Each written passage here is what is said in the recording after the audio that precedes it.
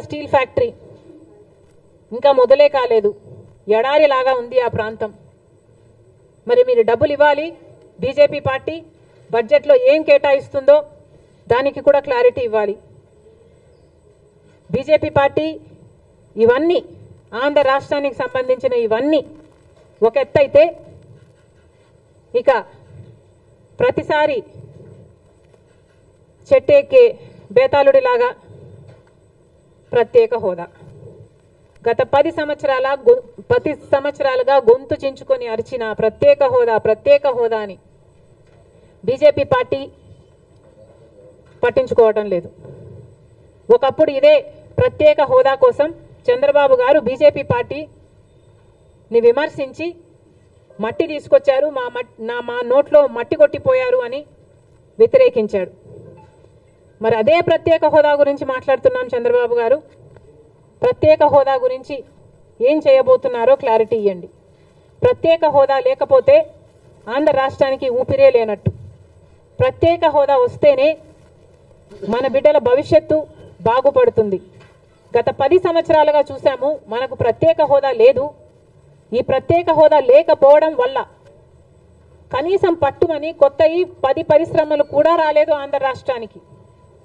మరి ఇలాగే పోతే ఆంధ్ర రాష్ట్ర బిడ్డల భవిష్యత్తు ఏమైతుందో అందరూ ఆలోచించాల్సిన అవసరం ఉంది. ప్రత్యేక హోదా వస్తేనే మనకు రాయితీలు వస్తాయి, ట్యాక్స్ బెనిఫిట్స్ వస్తాయి, సబ్సిడీస్ వస్తాయి. ప్రత్యేక హోదా ఇచ్చిన రాష్ట్రాలలో వేల కొద్ది పరిశ్రమలు వచ్చాయి. మరి ఇవన్నీ రావాలి, జరగాలి అంటే ప్రత్యేక హోదా మనకు అవసరం. అలాంటి ప్రత్యేక హోదా కోసం ఏం చేస్తున్నారో, ప్రత్యేక హోదా కనీసం బీహార్ మాకు ప్రత్యేక హోదా కావాలి అని వాళ్ళ మీద ఒత్తిడి తెస్తుంది అని వింటున్నాం. కానీ టీడీపీ మాత్రం ప్రత్యేక హోదా మనకు అవసరమే లేదన్నట్టుగా మాట్లాడకుండా పోవడం చాలా దురదృష్టకరం, చాలా అన్యాయం. దయచేసి ప్రత్యేక హోదా కోసం కొట్లాడాల్సిన అవసరం ఉంది. మన ఎంపీలను వాడుకొని ఈరోజు బీజేపీ పార్టీ అధికారంలో ఉంది కాబట్టి మన రాష్ట్రానికి ప్రత్యేక హోదా తెచ్చే బాధ్యత చంద్రబాబు గారి మీద ఉంది.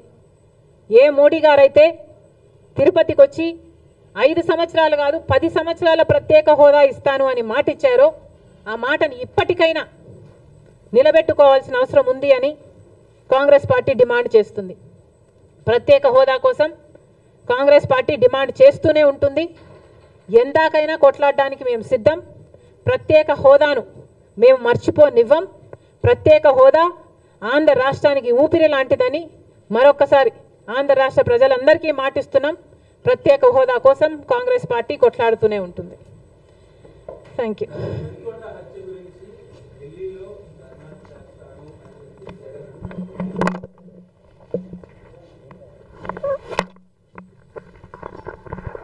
ఏది విత్తుతారో అదే కోస్తారు అని అంటారు. మరి జగన్మోహన్ రెడ్డి గారు హత్య రాజకీయాలు చేశారు, గొడ్డలి రాజకీయాలు చేశారు. హత్య చేయించిన వాళ్ళతో భుజాలు రాసుకొని తిరిగారు.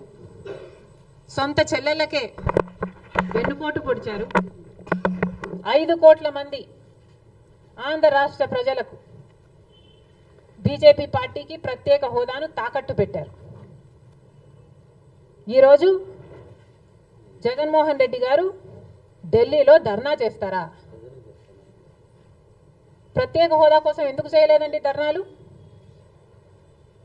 5 సంవత్సరాల మీద అధికారంలో ఉన్నారు కదా. మరి ఢిల్లీలో మీరు ప్రత్యేక హోదా కోసం ఎన్నిసార్లు ధర్నాలు చేశారు? ప్రత్యేక హోదా అసలు ఊసే లేకుండా చేశారు కదా. ప్రత్యేక హోదా గురించి మీరు ఏ రోజు పట్టించుకోలేదు. పోలవరం గురించి మీరు ఏ రోజు పట్టించుకోలేదు. రాజధాని గురించి అని చెప్పి 3 రాజధానులను కన్ఫ్యూజ్ చేశారు. ఆఖరికి కడప స్టీల్ ఫ్యాక్టరీని కూడా మీరు పట్టించుకోలేదు. విశాఖ స్టీలు మన రాష్ట్రానికే తలమానికం అయినా అమ్మేస్తామన్నా కూడా పట్టించుకోలేదు. ఈరోజు మాత్రం ఢిల్లీకి వెళ్ళి ధర్నా చేస్తారట. మీ కార్యకర్తను చంపేస్తే ఢిల్లీకి వెళ్ళి మీరు ధర్నా చేస్తున్నారే, మరి మీ సొంత చిన్నాన్నను చంపేసినప్పుడు మీరు ఢిల్లీలో ఎందుకు ధర్నా చేయలేదు న్యాయం కోసం? జగన్మోహన్ రెడ్డి గారు సమాధానం చెప్పాలి. ఒకవైపు ఇక్కడ అసెంబ్లీ జరుగుతుంది. అసెంబ్లీ జరుగుతున్న సమయంలో మీరు అసెంబ్లీలో ఉండకుండా ఉండే ధైర్యం మీకు లేక ఇలా సాకులు వెతుక్కొని మీరు ఢిల్లీ వెళ్తామంటున్నారే. అంటే అసెంబ్లీలో ఏ బిల్లు ప్రవేశపెట్టినా అది ప్రజలకు వ్యతిరేకమైన అది పాస్ అయిపోవాలనా? మీరు ఉన్నదే 11 మంది. కనీసం ఆ బిల్స్ మీద డిస్కషన్ మీకు అవసరం లేదా? మీరు కొట్లాడాల్సిన అవసరం లేదా? ఏం ఆలోచన చేస్తున్నారు జగన్మోహన్ రెడ్డి గారు? అసలు ఈ వెనుకొండలో జరిగిన హత్య కూడా పొలిటికల్ మర్డర్ ఇది కానే కాదు, ఇది వ్యక్తిగత మర్డర్ అని కూడా అంటున్నారు కదా. మేము ఏదో సాక్షి మీడియానో లేకపోతే టీడీపీ మీడియానో పట్టుకొని మాట్లాడడం లేదు. మా ఎంక్వైరీలు మేము చేసుకొని న్యూట్రల్ మీడియాతో లోకల్గా మేము మాట్లాడిన తర్వాత మేము వచ్చిన కన్క్లూషన్ ఏమిటి అంటే ఇది వ్యక్తిగత మర్డర్. మొన్నటి వరకు కూడా హత్య చేసిన వాళ్ళు, హత్య గురైన వాళ్ళు ఇద్దరూ వైసీపీతోనే ఉన్నారు.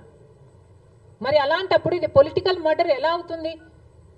ఈ పొలిటికల్ మర్డర్ అని మీరు చెప్పి మీరు ఢిల్లీకి వెళ్ళి ధర్నా చేస్తున్నారా? దేనికి? మీ ఉనికి కాపాడుకోవడం కోసం, మీ పార్టీ కోసం అని చెప్తున్నారు. ప్రజలు ఏం ఆలోచిస్తారు? ఈరోజు వరదలు వస్తున్నాయి మన రాష్ట్రంలో, వారిని వెళ్ళి పరామర్శించాలని మీకు అనిపించలేదు. కానీ వ్యక్తిగత మర్డర్లో మీ పార్టీకి సంబంధించిన ఇద్దరు కొట్టుకొని చచ్చిపోతే ఈరోజు మీరు ఢిల్లీకి వెళ్ళి ధర్నా చేస్తారా? ప్రజల కోసం మీరు ఎందుకు నిలబడలేదు? మీ పార్టీ వాళ్ళు ఓటేస్తే మీరు గెలిచారా? మీ పార్టీ వాళ్ళ కోసమే మీరు ముఖ్యమంత్రి అయ్యారా? 5 సంవత్సరాలుగా మీరు ప్రజల కోసం పనిచేయలేదు, కానీ ఈరోజు ఢిల్లీకి వెళ్ళి ధర్నా చేస్తారట. సిగ్గుండాలి కదా. కానీ ఈ విషయంలో పోలీసులను కూడా అడుగుతున్నాం. నడి రోడ్డు మీద ఇలా హత్యలు చేసుకుంటుంటే పోలీసులు ఏం చేస్తున్నారు? ఆంధ్ర రాష్ట్ర పోలీసులుగా మీ బాధ్యత కాదా లా అండ్ ఆర్డర్ మెయింటైన్ చేయడం? ముఖ్యమంత్రి గారు, డిప్యూటీ ముఖ్యమంత్రి గారు చంద్రబాబు గారు, పవన్ కళ్యాణ్ గారిని కూడా ప్రశ్నిస్తున్నాం. మీ హయాంలో నడి రోడ్డు మీద ఇలా మర్డర్లు జరిగితే మీరు బాధ్యులు కారా? మీకు ఆపాల్సిన బాధ్యత లేదా? లా అండ్ ఆర్డర్ ఉన్నట్టా చచ్చిపోయినట్టా మన రాష్ట్రంలో? మళ్ళీ చెప్తున్నాం, మీరు జోక్యం చేసుకోండి, ఇలాంటివి కాకుండా చూసుకోండి. పోలీసులు కూడా అప్రమత్తంగా ఉండాలి. ఈ లా అండ్ ఆర్డర్ సిచ్యువేషన్ని కంట్రోల్ చేయాల్సిన బాధ్యత పోలీసులకు ఉంది, ముఖ్యమంత్రికి ఉంది, డిప్యూటీ చీఫ్ మినిస్టర్కి ఉంది. దయచేసి మళ్ళీ ఇలాంటివి జరగకుండా చూడండి. Thank you.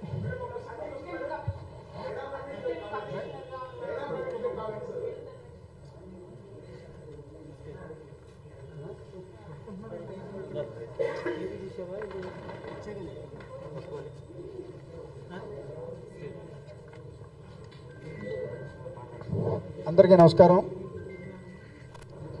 ఈరోజు ఈ పత్రికా సమావేశంలో అధ్యక్షుల వారు చెప్పిన యథార్థాలు అన్నిని